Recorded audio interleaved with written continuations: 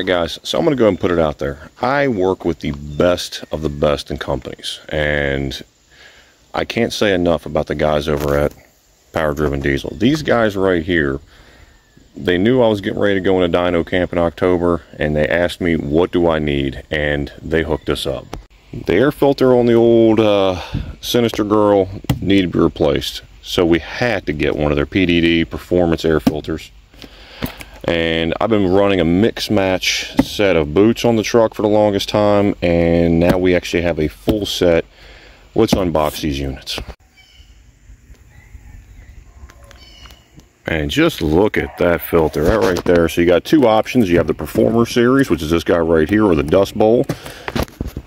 So of course we had to get the Performer. So let's go ahead and get this one slapped on real quick, and we're doing some racing Friday night, and I think this will really help us out because I've been pretty much pulling the air filter when we go racing, so maybe I don't have to.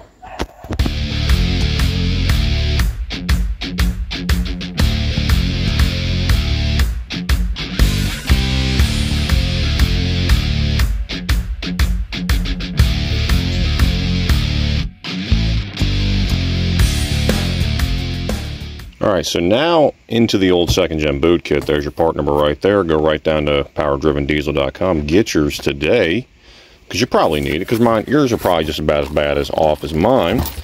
But look at those right there. Beautiful T-bolt clamps.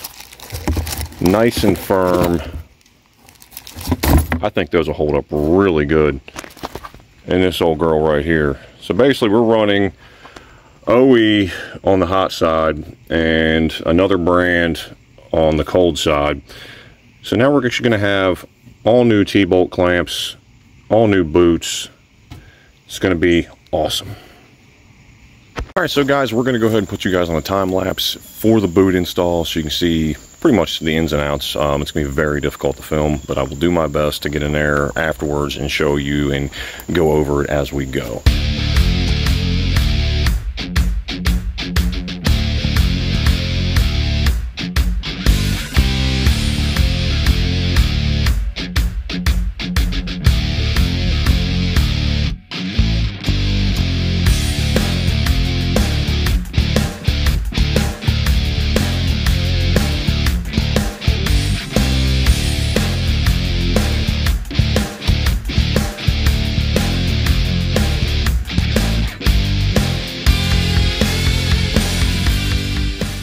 Alright guys, so there's the install.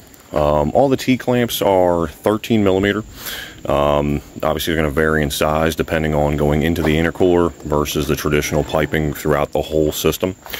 Placement and fitment, I really can't give you a whole lot of suggestions aside from the fact of the cold side, basically completely assemble it and then put it into the intercooler and then work your intake horn where you need to. The hot side off the turbo, take the elbow off your compressor housing and everything, just take the whole thing off and then just assemble it all onto the intercooler, put it back together and just kind of fight it, put back in place. I don't know if it's a little bit different with S300s versus HX35s, but you kind of fight getting the elbow back where it should be. I mean, you could reclock the housing if it came down to it, but the other set worked out fine, so this one right here should have gone right back into place the same way. Just kind of work it, and if you're having issues moving the boots, get some hairspray, put that right into the actual boot area where it actually slides onto the intercooler pipe, and that should pretty much take care of it for you. So there you go guys. Do what you always do, like, share, subscribe, P-Pump the World. Link for both these products will be in the description as per usual. See you guys in the next video.